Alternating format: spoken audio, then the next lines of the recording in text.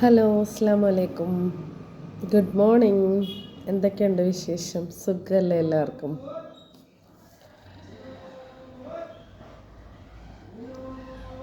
എന്താ പറയാ, എല്ലാവർക്കും സന്തോഷം നിറഞ്ഞൊരു ദിവസം ആശംസിക്കുന്നു.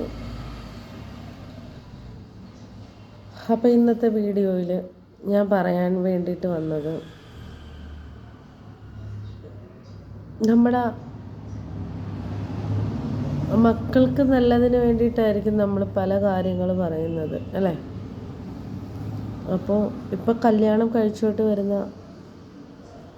കുട്ടികൾക്ക് അത് തലയിൽ കയറണം എന്നില്ല.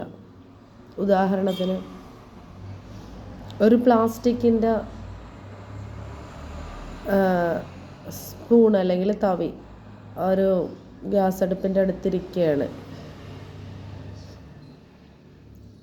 പിന്നെ ദോശമാവാണ് അതിൽ കലക്കി വെച്ചിരിക്കുന്നത് ആ തവിയിൽ. അപ്പോൾ ഗ്യാസിൽ മുട്ടിക്കുമ്പോളെ അത് ഗ്യാസിൽ ഉരുകുമെന്ന് പറഞ്ഞാൽ തലയിൽ കയറത്തില്ല, അല്ലേ? പക്ഷേ അവിടെ വെച്ചാൽ ഉരുകും. ഞാൻ ആദ്യമൊന്നും ശ്രദ്ധിക്കാറില്ലായിരുന്നു, പക്ഷെ വളരെ സത്യമാണ്.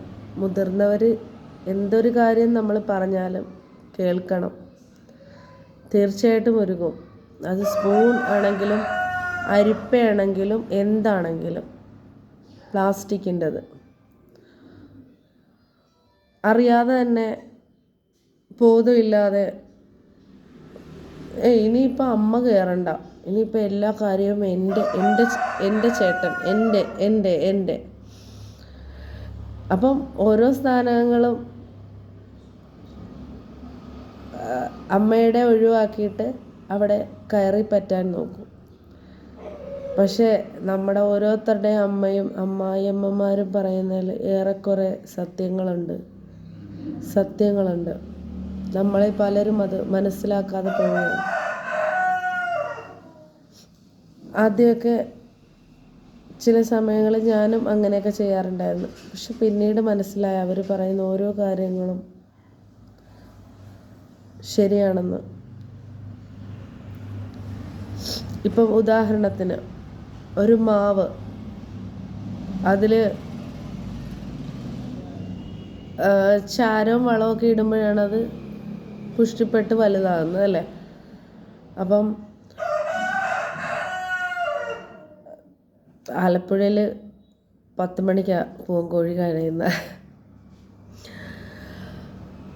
അപ്പം പറഞ്ഞു വന്നത്, പിന്നെ അത് നമ്മൾ പുഷ്ടിപ്പെടുത്താൻ അതിനകത്ത് വളവും വെള്ളമൊക്കെ ചെല്ലണം, അല്ലേ? വെള്ളമൊന്നും കൊടുക്കാതെ നിന്നാൽ അത് വാടിപ്പോകല്ലേ. അപ്പം എന്താ പറയുക, നമ്മൾ ചൂട് ചാരം ഇങ്ങനെ ഒരു ഭാഗത്ത് കിടക്കുക, കത്തി ചപ്പും ചവറും ഒക്കെ. അപ്പോൾ നമ്മൾ ആ ഒരു ചൂടോടുകൂടി ആ ഒരു ചാരം ആ ഒരു മാവിൽ ഇട്ട് കൊടുക്കുമ്പോഴത്തേക്ക് ചാരം വളവളെന്ന് പറഞ്ഞ് ഇട്ട് കൊടുക്കുക, എന്നാൽ പുക കളയാതെ. അതിനൊപ്പം വെള്ളവും ഒഴിക്കുന്നുണ്ട്. ചൂട് ചാരം ഇടുന്നുണ്ട്, അതിനൊപ്പം വെള്ളവും ഒഴിക്കുന്നുണ്ട്.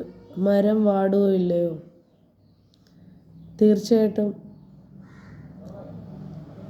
മരത്തിന് വാട്ടം സംഭവിക്കും. കാര്യം ജീവനുള്ള ഒരു ഇതിൽ ചൂട് ഇട്ടാൽ അതിന് തീർച്ചയായിട്ടും വാട്ടം സംഭവിക്കും. അപ്പം നമ്മുടെ അമ്മമാർ ഓരോന്ന് പറയുമ്പോൾ മക്കളത് ചെവിക്കൊള്ളാറില്ല. അപ്പം എന്താ പറയുക, മരുമക്കളാണെങ്കിലും അപ്പം എന്താ പറയുക, വാടുമല്ലേ. അപ്പം നമ്മൾ വാടുമെന്ന് പറയുമ്പോഴത്തേക്ക് ചിലരുണ്ട്, അത് നല്ലതിന് വേണ്ടിയിട്ടാണ്, എടാ അത് വാടിപ്പോകുമെന്ന് പറയുന്നത്. നീ കണ്ടോ അത് വാടിപ്പോകുമെന്ന് പറയുമ്പോൾ അത് മത്സരിച്ച് ഞാൻ വെള്ളമൊഴിച്ച് അത് നട്ട് വളർത്തി എടുക്കുമെന്നുള്ള രീതിയിൽ വെള്ളമൊഴിക്കും. പക്ഷെ ആരുടെ വിധി വേണം? ദൈവത്തിൻ്റെ വിധി വേണം, അല്ലേ? ആ മാവിൽ മാങ്ങ ഉണ്ടാവാനായിട്ട്. അപ്പോൾ വാശിപ്പുറത്ത് നമ്മൾ പറയുമ്പോഴത്തേക്കും അപ്പം നമുക്ക് പിന്നെയും പറയാൻ പറ്റും, നന്നായിട്ട് വെള്ളമൊഴിച്ചാൽ ചിലപ്പോൾ കിളുക്കുമായിരിക്കും, അല്ലേ? എൻ്റെ അമ്മ വെച്ചതാണ്, അല്ലെങ്കിൽ എൻ്റെ ഉമ്മ വെച്ചതാണ്, കിളുക്കുമായിരിക്കും. പക്ഷേ എന്തിനും ഒരു വാശിയാണ് ഇന്നത്തെ ദുനിയാവിൽ നടന്നുകൊണ്ടിരിക്കുന്നത്.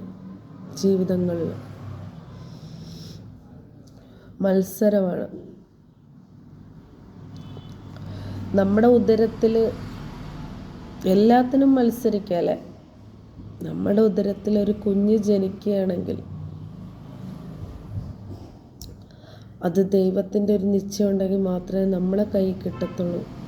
എന്തിനും വാശി കാണിക്കാം, അഹങ്കാരം കാണിക്കാം.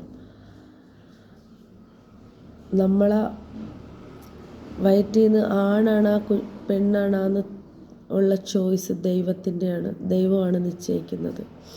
എന്ത് അഹങ്കാരം! നിനക്ക് നാളെ ഒരു സ്ഥലത്ത് പോകണമെന്ന് പറയുന്നു. ആരുടെ നിശ്ചയം വേണം? അള്ളാഹുവിൻ്റെ നിശ്ചയം വേണം അല്ലേ? നാളെ തന്നെ ഞാൻ വരുമെന്ന് പറയുന്നു. ഒരു പക്ഷേ എനിക്ക് വരാൻ പറ്റില്ല. അൽഹംദുലില്ലാ, എല്ലാം ദൈവത്തിൻ്റെ കളിയാണ്, ദൈവത്തിൻ്റെ നിശ്ചയമാണ്. ചിലപ്പോൾ അവിടെ ഒരു ദിവസം കിടത്തും. നമ്മൾ ഈ അഹങ്കാരം ഏറെക്കുറെ മാറ്റി വയ്ക്കുക. അപ്പോൾ ഇവിടെ വന്നതിന് ശേഷം എനിക്ക് ചെറിയ ജലദോഷമൊക്കെ വന്നു കേട്ടോ. വെള്ളം പിടിച്ച് വരണം. വേറെ എന്തൊക്കെയുണ്ട്? സുഖമല്ലേ എല്ലാവർക്കും? അപ്പോൾ നമുക്ക് വീഡിയോയിലോട്ട് പോകാം. രാവിലെ തന്നെ പാലും നട്ട്സാണ് കേട്ടോ. കൊഴുപ്പും ഇല്ലാത്തതാണ് ഇത്. കൊഴുപ്പുണ്ടാകത്തില്ല. ഒലിച്ച് കഴിക്കുന്നത് വളരെ നല്ലതാണ്. അപ്പോൾ രാവിലെ എനിക്കിന്ന് ഇഡലിയും ചമ്മന്തിയായിരുന്നു. പിന്നെ കുറച്ച് കഴിഞ്ഞതിന് ശേഷം പാലും നട്ട്സും കഴിക്കുകയാണ്. അപ്പോൾ ഇന്നത്തെ വീഡിയോ ഇത്രയേ ഉള്ളൂ. ബൈ.